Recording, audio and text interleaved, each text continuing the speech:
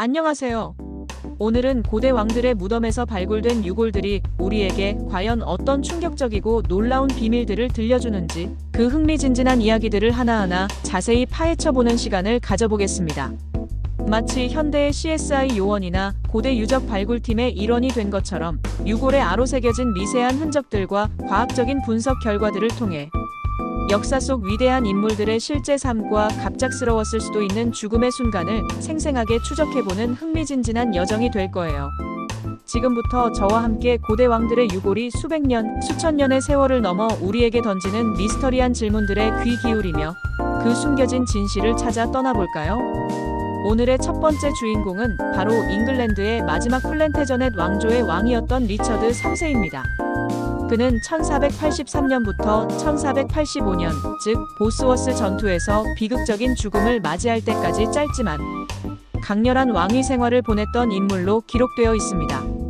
특히 그에 대한 이미지는 셰익스피어의 세계적으로 유명한 희곡 리처드 3세에서 주로 형성되었는데요.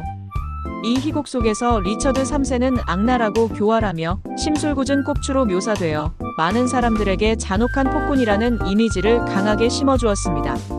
하지만 2012년 영국 레스터시의 한 평범한 주차장 아래에서 그의 유골이 기적적으로 발견되면서 그동안 우리가 역사와 문학을 통해 막연히 상상해왔던 리처드 3세의 모습과는 사뭇 다른 놀랍고도 충격적인 진실들이 하나둘씩 밝혀지기 시작했습니다. 발견된 이 유골은 현대 과학기술의 정수인 DNA 분석, 정밀한 탄소 연대 측정, 그리고 당시의 역사적 문헌들과의 면밀한 교차 검토를 통해 의심할 여지 없이 리처드 3세의 것이라는 사실이 명확하게 확인되었습니다. 그런데 이 유골을 해부학자들과 의료 전문가들이 정밀하게 분석하는 과정에서 학자들은 깜짝 놀랄 만한 의학적 사실을 발견했습니다. 바로 리처드 3세가 청소년기에 발병한 특발성 척추측만증을 앓고 있었다는 점입니다. 척추측만증은 척추가 S자 형태로 옆으로 휘어지는 질환을 말하는데요. 그의 척추는 특히 오른쪽으로 심하게 휘어져 있었고 이로 인해 그의 실제 키가 기록보다 몇 인치 정도 줄어들었을 것으로 추정되며 외형적으로는 오른쪽 어깨가 왼쪽보다 훨씬 높게 치솟아 보이는 뚜렷한 비대칭적 특징을 가졌을 것이라고 추정됩니다. 하지만 여기서 우리가 주목해야 할 중요한 포인트는 유골 분석 결과를 토대로 볼 때 그가 셰익스피어의 희곡에서 묘사된 것처럼 등에 심각하게 혹이 튀어나온 심한 폭추는 아니었을 것이라는 학계의 면밀한 분석입니다. 당시에도 숙련된 재단사들이 그의 신체적 특징을 고려하여 맞춤 제작한 의상을 입었거나 당시의 기술력으로 정교하게 만들어진 갑옷을 착용했다면 그의 척추측만증으로 인한 외형적 결점은 충분히 교묘하게 가려질 수 있었을 것이라고 전문가들은 분석합니다. 또한 최신 연구에 따르면 70도에서 90도에 이르는 그의 척추 만곡은 폐활량 감소와 같은 내부 장기 기능의 저하를 유발하여 운동 능력에 심각한 영향을 미치지는 않았을 것이라고 합니다.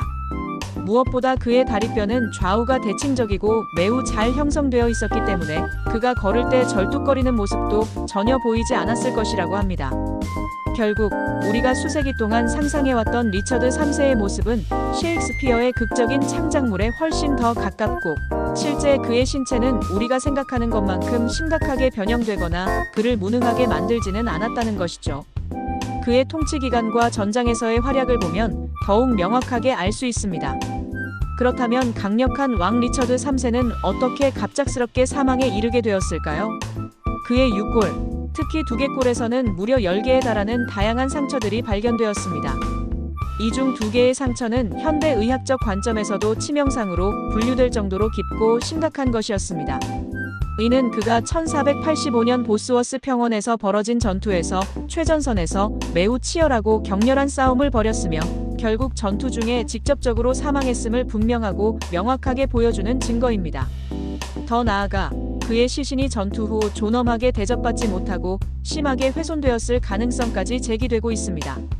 이는 당시 정치적 혼란과 승자의 냉혹함을 여실히 보여주는 대목입니다.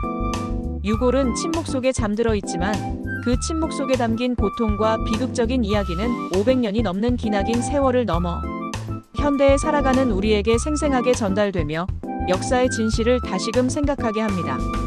다음으로 우리가 만나볼 고대 왕은 바로 이집트 신왕국 제18왕조의 어린 파라오 투탕카멘입니다. 그는 기원전 1332년부터 기원전 1323년경까지 이집트를 다스렸던 인물로 1922년 영국의 고고학자 하워드 카터에 의해 그의 무덤이 이집트 왕가의 계곡에서 기적적으로 발견되면서 전 세계를 깜짝 놀라게 만들었습니다. 그의 무덤에서는 상상할 수 없을 정도로 엄청난 양의 황금 보물과 진귀한 유물들이 쏟아져 나왔고, 이는 고대 이집트 문명의 화려함과 신비로움을 현대에 고스란히 전달해 주었죠. 하지만 투탕카멘의 무덤 발굴 이후 그의 갑작스럽고 어린 나이의 사망 원인은 오랫동안 학자들 사이에서 뜨겁고 치열한 논쟁의 대상이 되어 왔습니다. 그의 죽음을 둘러싼 미스터리는 수많은 가설과 추측을 낳았죠.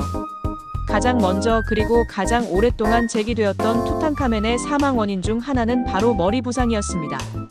1968년 투탕카멘의 유골에 대한 최초의 엑스레이 촬영이 진행되었는데, 이 촬영 결과 그의 두개골 내부에서 마치 외부 충격으로 생긴 듯한 뼈 조각이 발견되면서 투탕카멘이 머리를 심하게 다쳐 사망했을 것이라는 추측이 강력하게 제기되었습니다.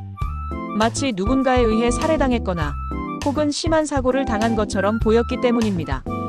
그러나 그로부터 수십 년 후 훨씬 더 정밀하고 첨단화된 CT 스캔 기술이 도입되면서 이 고대의 미스터리는 완전히 새로운 국면을 맞이하게 됩니다. CT 스캔 결과 투탕카멘의 두개골은 사망 당시 완벽하게 온전한 상태였던 것으로 최종 확인되었습니다. 두개골 내부에서 발견되었던 뼈 조각은 뇌가 부패한 후 미라를 제작하는 과정에서 방부 처리의 일환으로 뇌를 제거하는 과정 중에 발생했을 가능성이 훨씬 크다는 결론이 내려졌습니다. 즉, 머리 부상으로 인한 사망설은 결정적으로 사실이 아니었던 것이죠. 이는 과학기술의 발전이 역사의 오랜 오해를 어떻게 바로잡을 수 있는지를 보여주는 좋은 예시입니다. 그렇다면 어린 파라오 투탕카멘은 왜 그렇게 요절하여 일찍 세상을 떠나게 된 것일까요? 최첨단 CT 스캔은 그의 왼쪽 넓적 다리뼈에 심각한 골절이 있었다는 또 다른 충격적인 사실을 밝혀냈습니다. 더욱이 이 골절 부위의 미라를 방부 처리할 때 사용된 방부액이 스며들어 있는 것이 명확하게 확인되었습니다. 이는 그의 다리 골절이 그가 살아있을 때, 즉 사망 직전에 발생했으며 당시의 의료기술로는 제대로 치료받지 못해 감염으로 이어져 결국 폐혈증 등으로 사망에 이르렀을 가능성을 강력하게 시사합니다. 마치 현대 의학 드라마의 한 장면처럼 고대 이집트의 의료기술로는 감당하기 어려운 치명적인 상처였던 것이죠. 발굴된 미라의 상태를 보면 그 고통이 얼마나 심했을지 짐작할 수 있습니다. 여기서 투탕카멘의 사망 원인에 대한 퍼즐 조각은 끝이 아닙니다. 더욱 놀라운 사실은 그의 유골에서 말라리아 기생충의 DNA가 검출되었다는 점입니다. 이는 그가 생전에 치명적인 말라리아에 감염되어 있었다는 것을 의미하며 다리 골절로 인한 합병증과 더불어 면역력이 극도로 약화되면서 어린 나이에 사망했을 가능성을 더욱 강력하게 뒷받침합니다. 약해진 몸으로 열악한 환경 속에서 말라리아와 필사적으로 싸우던 중 다리 골절이라는 치명타까지 입게 되어 결국 비극적으로 어린 나이에 생을 마감하게 된 것입니다. 아마도 당시 이집트는 말라리아가 만연했을 것이고 면역력이 약한 어린 파라오에게는 더욱 치명적이었을 것입니다. 뿐만 아니라 최근에 심도 있는 연구들은 투탕카멘이 여러 가지 선천성 질환을 앓고 있었을 가능성을 매우 높게 제기하고 있습니다.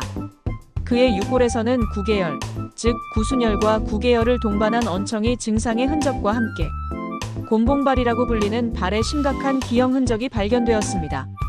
또한 코오러병 KOHLERS 디지즈이라는 희귀 질환으로 인해 발의 뼈가 서서히 파괴되면서 극심한 만성 통증에 시달렸을 가능성도 배제할 수 없습니다. 그의 무덤에서 무려 130개에 달하는 엄청난 수의 지팡이가 발견된 것도 그가 평생 동안 걷는데 심각한 어려움을 겪었으며 통증 때문에 지팡이에 의존해야만 했을 것이라는 사실을 시사하는 강력하고 슬픈 증거입니다. 이 모든 점들을 종합해 볼 때 어린 나이부터 선천적 질병과 싸우며 고통받던 투탕카멘에게 갑작스러운 다리 골절과 치명적인 말라리아 감염은 극복하기 어려운 치명적인 조합이었을 것입니다. 그의 짧고 고통스러웠던 삶은 현대 의학으로도 안타까움을 자아냅니다. 오늘 우리는 잉글랜드의 리처드 3세와 고대 이집트의 투탕카멘, 이렇게 두 고대 왕의 유골이 현대 과학기술을 통해 들려주는 충격적이고도 흥미로운 비밀들을 함께 깊이 있게 파헤쳐 보았습니다. 리처드 3세는 셰익스피어의 극적인 묘사처럼 심한 꼭주가 아니었으며 척추측만증에도 불구하고 왕으로서의 위엄과 능력을 충분히 지녔을 것이라는 점을 알 수 있었습니다. 그리고 투탕카멘은 머리 상처가 아닌 다리 골절과 말라리아, 그리고 다양한 선천적 질병들의 복합적인 영향으로 비극적으로 어린 나이에 사망했을 가능성이 높다는 것을 과학적 증거를 통해 명확하게 확인할 수 있었습니다. 이처럼 고고학자들과 의료과학자들은 첨단 과학기술을 적극적으로 활용하여 과거의 유물들을 정밀하게 분석하고 그 안에 수천 년간 숨겨져 있던 역사적 진실들을 밝혀내고 있습니다.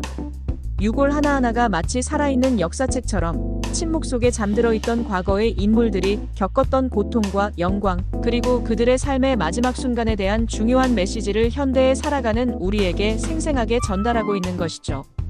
오늘 이 이야기가 여러분에게 고대 왕들의 삶과 죽음에 대한 새로운 시각과 깊이 있는 이해를 제공하고 역사 속 풀리지 않았던 미스터리에 대한 흥미를 더욱 강력하게 불러일으켰기를 진심으로 바랍니다. 다음 시간에도 더욱 흥미롭고 미스터리하며 때로는 충격적인 역사 속 비밀들을 가지고 다시 찾아뵙겠습니다. 오늘 귀한 시간 내어 함께 해주셔서 정말 감사합니다. 건강하세요.